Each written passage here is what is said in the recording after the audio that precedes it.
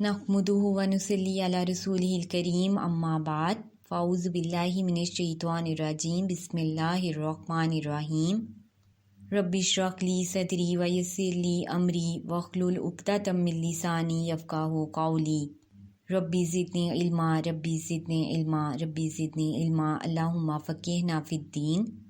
السلام علیکم ورحمۃ اللہ وبرکاتہ۔ رمضان میں صدقات و خیرات کی اہمیت کا سلسلہ جاری ہے۔ اس سے پہلے لیکچر میں ہم لوگوں نے صدقات و خیرات کی جو فضیلت اور اہمیت ہے ان کو قرآن کی آیات کی روز سے دیکھا، اور اب ہم اس کو احادیث کی روشنی میں دیکھتے ہیں۔ دیکھیں کہ رمضان جو ہے وہ سخاوت کا مہینہ ہے۔ اس ماہ مبارک میں نبی کریم صلی اللہ علیہ وآلہ وسلم کی سخاوت کی کوئی انتہا نہ رہتی۔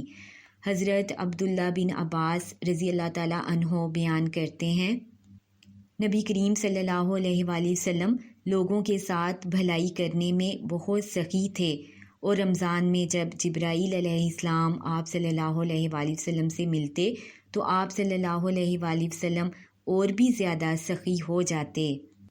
رمضان میں ہر رات جبرائیل علیہ السلام آپ سے ملاقات کرتے اور نبی کریم صلی اللہ علیہ وآلہ وسلم رمضان گزرنے تک انہیں قرآن سناتے۔ جب جبرائیل علیہ السلام آپ صلی اللہ علیہ وآلہ وسلم سے ملتے تو آپ صلی اللہ علیہ وآلہ وسلم فیاضی میں تیز ہواؤں کی مانند ہو جاتے۔ اسے صحیح بخاری نے روایت کیا ہے۔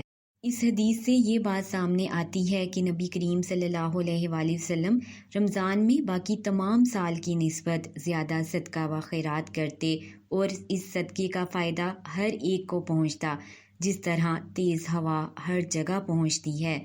اسی طرح ہمیں بھی چاہیے کہ اس رمضان میں زیادہ سے زیادہ ہم خرچ کریں، اور یہ بات ہمیشہ ہمیں اپنے ذہن میں رکھنی چاہیے کہ صدقہ کرنے سے مال کبھی بھی کم نہیں ہوتا، بلکہ اللہ تعالیٰ اس کا اجر کئی گنا بڑھا دیتے ہیں۔ سبحان اللہ۔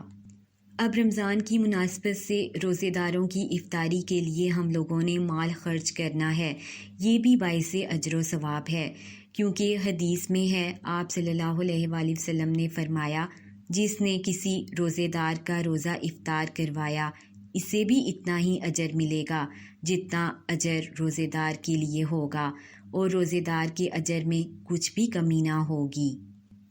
اسے ترمذی نے روایت کیا ہے۔ اس لیے ہمیں چاہیے کہ ہم بھی زیادہ سے زیادہ روزے داروں کی افطاری کا اہتمام کریں۔ ایک دوسری حدیث میں آپ صلی اللہ علیہ وآلہ وسلم نے ارشاد فرمایا، جس کسی نے کسی روزے دار کا روزہ افطار کرایا یا کسی مجاہد کو سامان دیا تو اس کو اس کے برابر ثواب ملے گا۔ اسے بہقی نے روایت کیا ہے۔ اسی طرح ایک اور حدیث میں ہے کہ حضرت ابو ہریرہ رضی اللہ تعالیٰ عنہ سے روایت ہے، نبی کریم صلی اللہ علیہ وآلہ وسلم نے فرمایا، جب لوگ صبح کو نکلتے ہیں تو دو فرشتے اترتے ہیں، ایک کہتا ہے، اے اللہ خرچ کرنے والے کو نعم البدل عطا کر، اور دوسرا کہتا ہے، اے اللہ کنجوس کو تباہی اور بربادی سے دوچار کر۔ اس حدیث سے ہمیں معلوم ہوا کہ صدقہ خیرات کرنے کا اجر و ثواب اللہ تعالیٰ ضرور عطا فرماتا ہے۔ انسان سے کوئی مشکل پریشانی دور ہو جاتی ہے، یا کسی اور انعام کی صورت میں اللہ تعالیٰ اس کو کچھ عطا فرما دیتے ہیں، یعنی اللہ تعالیٰ اس کو دنیا میں بھی بھلائی دیتے ہیں اور آخرت میں بھی صدقہ کرنے والے کو اللہ تعالیٰ اجر عطا فرمائے گا۔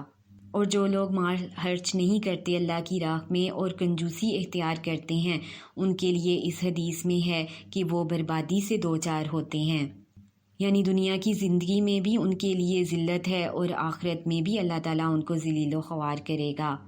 جو اللہ کی دی ہوئی نعمت، جو اللہ تعالیٰ نے ان کو مال دیا ہے، رزق دیا ہے، اس میں سے وہ خرچ نہیں کرتے۔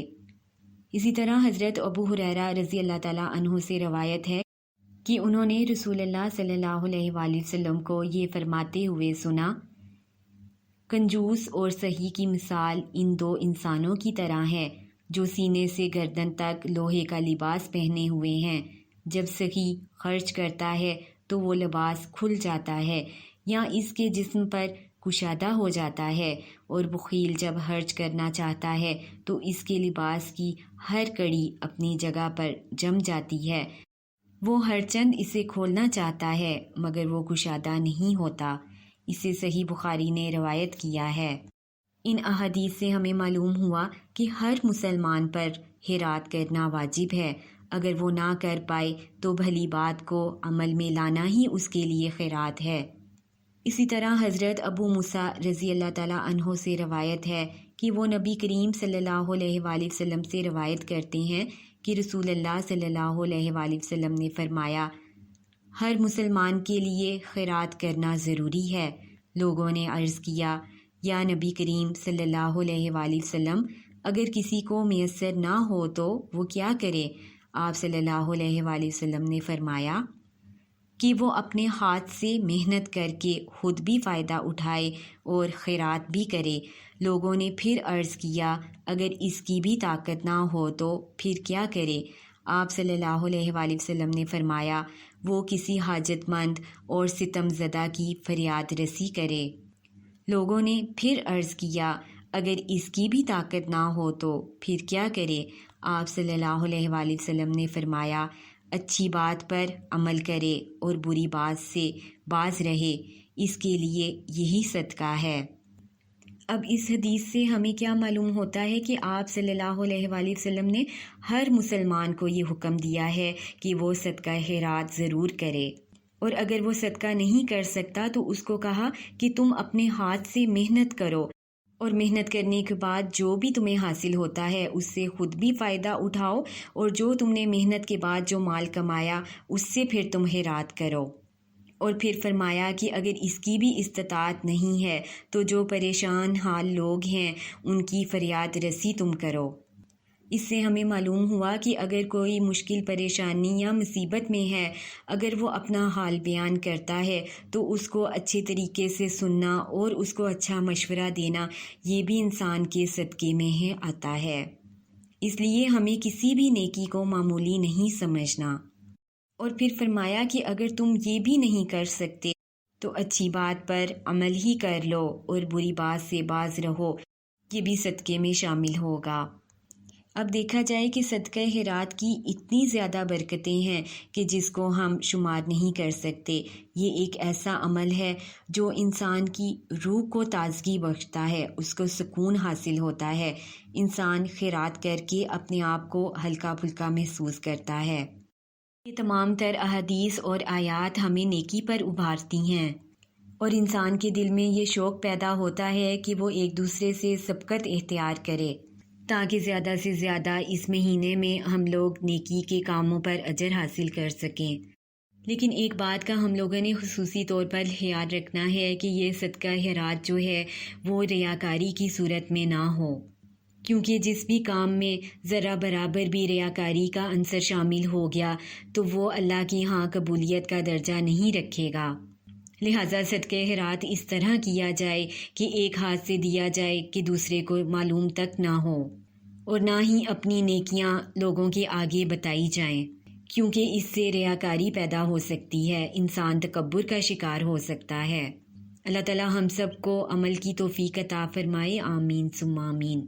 سبحانک اللہم و بحمدک، اشہد ان لا الہ الا انت، استغفرک و اتوب الیک۔ السلام علیکم ورحمۃ اللہ وبرکاتہ۔